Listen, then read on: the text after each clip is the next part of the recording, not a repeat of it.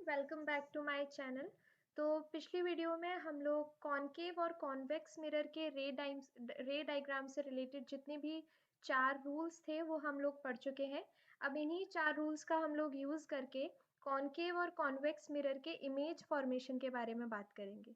Image formation का मतलब क्या है कि अगर ऑब्जेक्ट अलग-अलग पोजीशन पे है तो इमेज किस पोजीशन पे बनेगी और उस इमेज का बिहेवियर कैसा होगा, उसका नेचर कैसा होगा। ठीक है, तो इस वीडियो में हम लोग कॉनकेव और कॉन्वेक्स मिरर के रे डायग्राम्स के बारे में डिस्कशन करने वाले हैं। ठीक है, तो वीडियो स्टार्ट करने से पहले अगर आपने अभी तक चैनल को सब्सक्राइब नहीं किया है then please subscribe the channel and don't forget to press the bell icon.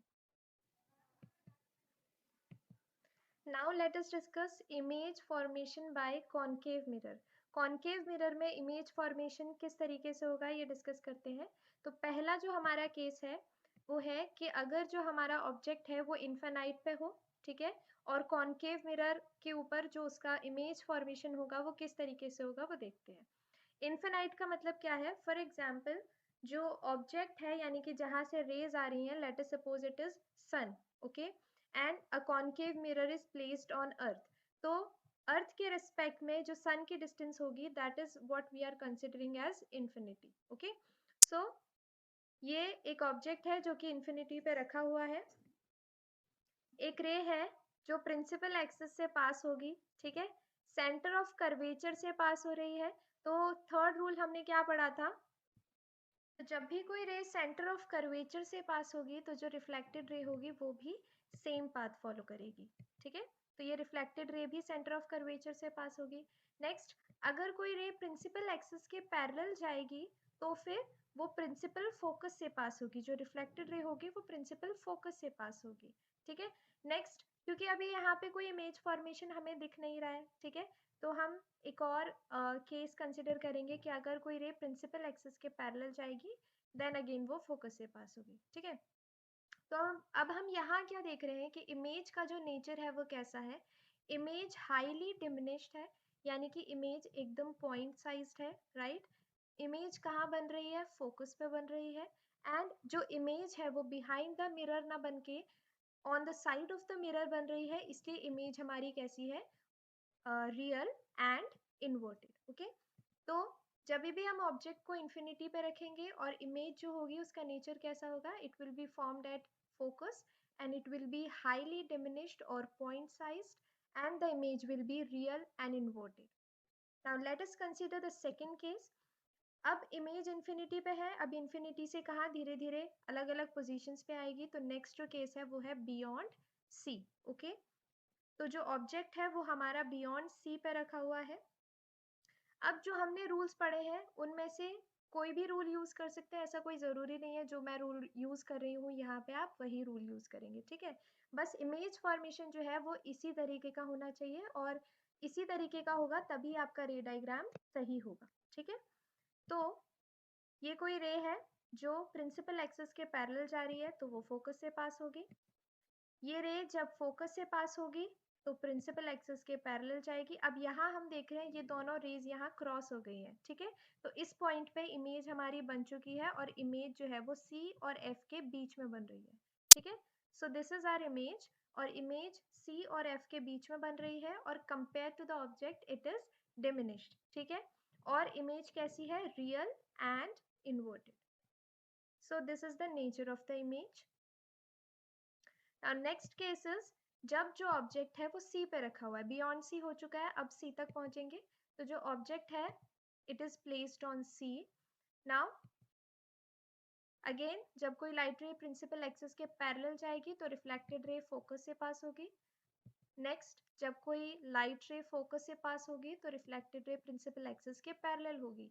अब यहाँ ये दोनों रेज जो है वो क्रॉस हो चुकी है, इंटरसेक्ट हो चुकी है, तो ये एक इमेज यहाँ पे बन रही है।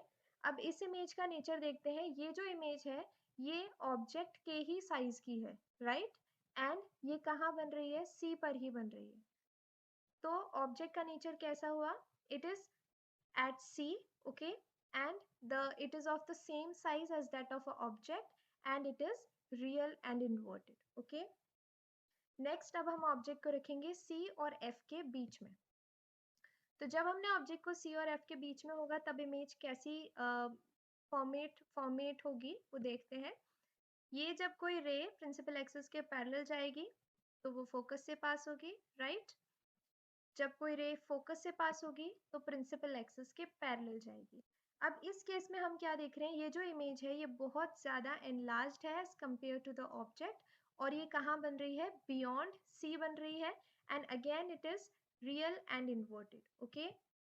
So this is our image and this is the nature of the image. It is formed beyond C. It is not highly, but it is enlarged as compared to the object, and it is real and inverted. Okay. Next, अब हम object को रख रहे हैं focus पे, right. तो जब हमने ऑब्जेक्ट को फोकस पे रखा तो ये जो लाइट है जब प्रिंसिपल एक्सिस के पैरेलल जाएगी तो रिफ्लेक्टेड रे फोकस से पास होगी। और सेकंड जो हमने केस लिया वो ये कि अगर कोई लाइट रे सेंटर ऑफ कर्वेचर से पास होगी तो रिफ्लेक्टेड रे भी सेंटर ऑफ कर्वेचर से पास होगी। तो इस केस में हम क्या देख रहे हैं कि ये जो लाइंस है ये इन्फिनिटी पे मीट करेंगे, क्योंकि ये पैरेलल लाइंस है, ये कभी भी इंटरसेक्ट नहीं हो सकती, ठीक है। तो पैरेलल लाइंस का हम क्या कंसिडर करके चलेंगे कि ये जो पैरेलल लाइंस है ये इन्फिनिटी डिस्टेंस पे मीट होंगी, राइट। तो ये जो इमेज है ये हमारी कहाँ बनेगी, इन्फिनाइट पे बनेगी, ओके। ये भी on the side of the mirror बन रही है, इसलिए ये भी इमेज कैसी है, real and inverted. So when the object is placed at focus, image is formed at infinity, which is highly enlarged as compared to the object, and this image is real and inverted. Now last case is जब हम object को रखें focus और पोल के बीच में। तो जब हमने ऑब्जेक्ट को फोकस और पोल के बीच में रखा तब इमेज कैसी बनेगी, ये प्रिंसिपल एक्सिस के पैरेलल गई रे, then it will pass through principal focus.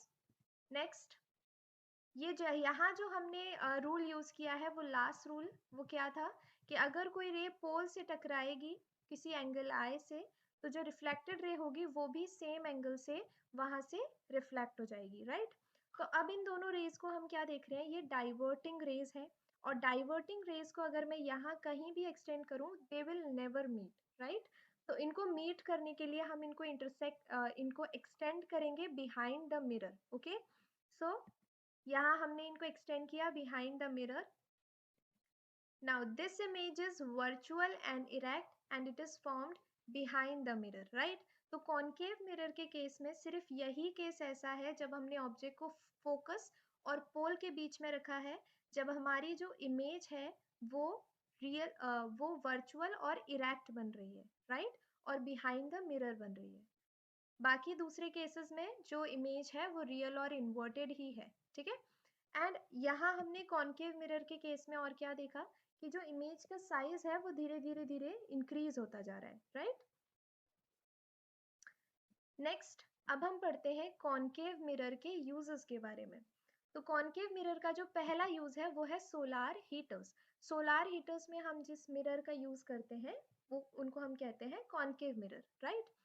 अब यूज कैसे हम कर रहे हैं, सोलार हीटर्स में क्या होता है, फॉर एग्जाम्पल ये है सन, राइट।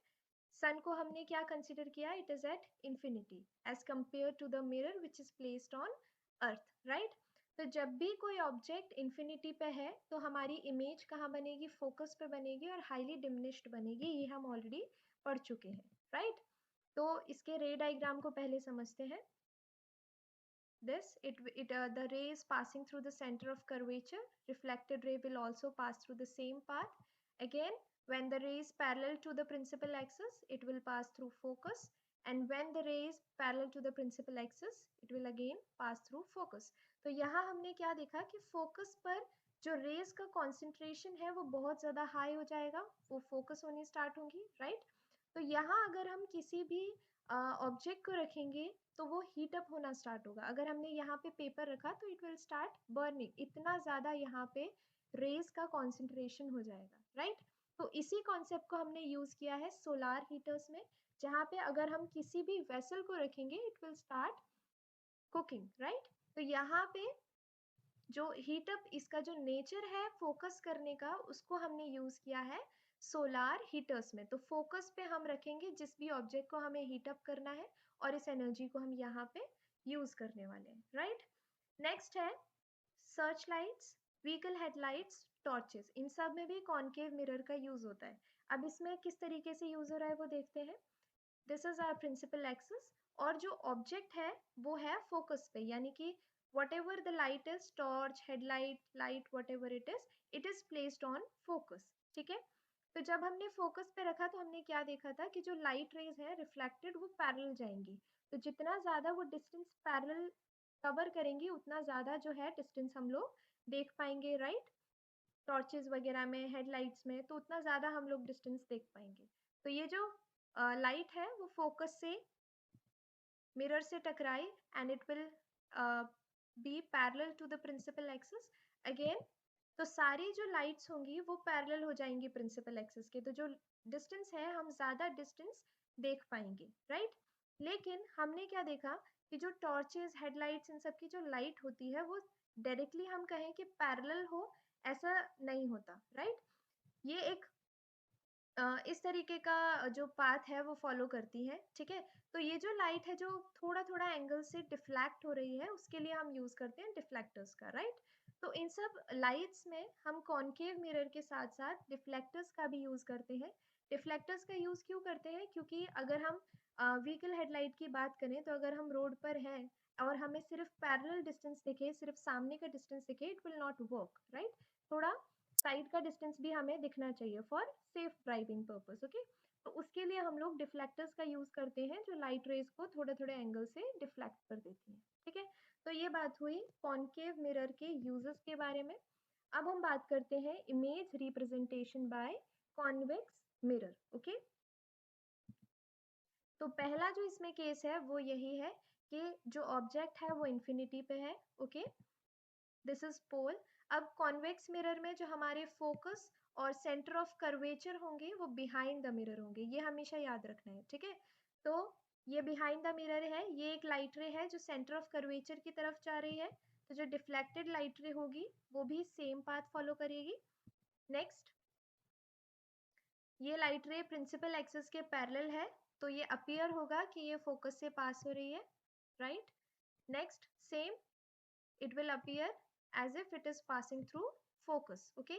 तो इस केस में भी जो हमारी इमेज होगी वो हाईली डिमिनिश्ड या पॉइंट साइज होगी। इमेज बिहाइंड द मिरर बन रही है, ठीक है, और कहाँ बन रही है, फोकस पे बन रही है। तो ये इमेज क्योंकि बिहाइंड द मिरर है इसलिए ये इमेज कैसी है, वर्चुअल एंड इरेक्ट। नेक्स्ट जो केस होगा, अब इसमें एक ही केस दो ही केसेस बनते हैं, और केसेस बनते नहीं है क्योंकि ऑब्जेक्ट को हम हमेशा मिरर के साइड में रखेंगे, बिहाइंड द मिरर हम लोग नहीं रख सकते, राइट। तो जो दो केसेस है, एक तो है इन्फिनिटी वाला और दूसरा जो केस होगा वो क्या है, इन्फिनिटी और पोल के बीच में, राइट। तो सेकेंड केस की बात करते हैं। So this object is place between infinity and pole. तो ये एक लाइट रे है प्रिंसिपल एक्सिस के पैरेलल, तो ऐसा अपीयर होगा कि ये फोकस से पास हो रही है। नेक्स्ट, ये सेंटर ऑफ कर्वेचर से पास हो रही है ये लाइट रे, ठीक है। इसको एक्सटेंड करके हम देख रहे हैं कि जो लाइट रे है वो सेंटर ऑफ कर्वेचर से पास हो रही है, तो वो सेम पाथ फॉलो करेगी, राइट। तो यहाँ हमने क्या देखा, ये लाइंस, ये जो रिफ्लेक्टेड रेज है ये यहाँ पे इंटरसेक्ट हो रही है, इसलिए इमेज जो है वो ये बनी, ठीक है। So this is our image. Image कैसी है, वर्चुअल एंड डायरेक्ट है, डिमिनिश्ड है, छोटी है, और कहाँ बन रही है, पोल और फोकस के बीच में बन रही है, behind the mirror, okay.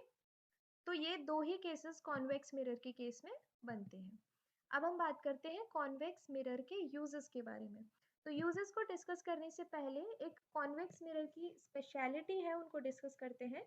Convex mirrors जो होते हैं उनकी इमेज हमेशा इरेक्ट बनती है, राइट, और डिमिनिश्ड बनती है, छोटी बनती है, यानी कि कम एरिया में ज़्यादा से ज़्यादा हम इमेजेस देख सकते हैं, ठीक है। और इमेज इरेक्ट है तो सीधी भी दिखाई दे रही है, तो हमारे लिए कन्वीनियंट भी है। नेक्स्ट, कॉन्वेक्स मिरर के केस में जो फील्ड ऑफ व्यू है वो बढ़ जाता है क्योंकि उसका जो कर्व्ड सरफेस है वो आउटवर्ड है, राइट। तो फील्ड ऑफ व्यू बढ़ गया, इमेज छोटी दिख रही है, इरेक्ट भी दिख रही है, इसलिए इसका जो सबसे बेस्ट यूज है वो है रियर व्यू मिरर्स में जो हम व्हीकल्स में यूज करते हैं, ठीक है। तो व्हीकल्स में यूज करने से क्या हुआ, इरेक्ट इमेज दिख रही है तो हमारे लिए कन्वीनियंट हुआ। डिमिनिश्ड है तो ज़्यादा से ज़्यादा व्हीकल्स हम कम एरिया में देख पाएंगे, और वाइडर व्यू है तो उसमें भी ज़्यादा से ज़्यादा जो व्यू है वो हम देख पाएंगे फॉर सेफ ड्राइविंग, राइट। तो आज का ये जो टॉपिक है ये यहाँ पे खत्म होता है। आगे हम लोग मिरर फॉर्मूला, साइन कन्वेंशन, इन सब चीज़ों के बारे में पढ़ेंगे, रिफ्रैक्शन के बारे में पढ़ेंगे, लेंसेज के बारे में पढ़ेंगे, ठीक है। तो लाइट चैप्टर से रिलेटेड आपके जितने भी डाउट्स हैं वो इस सीरीज में कम्प्लीटली क्लियर होने वाले हैं। इन केस आपका कोई भी डाउट रहता है then please mark it in the comment section, okay, and if you like the video then please give it a thumbs up. Thank you so much for watching the video.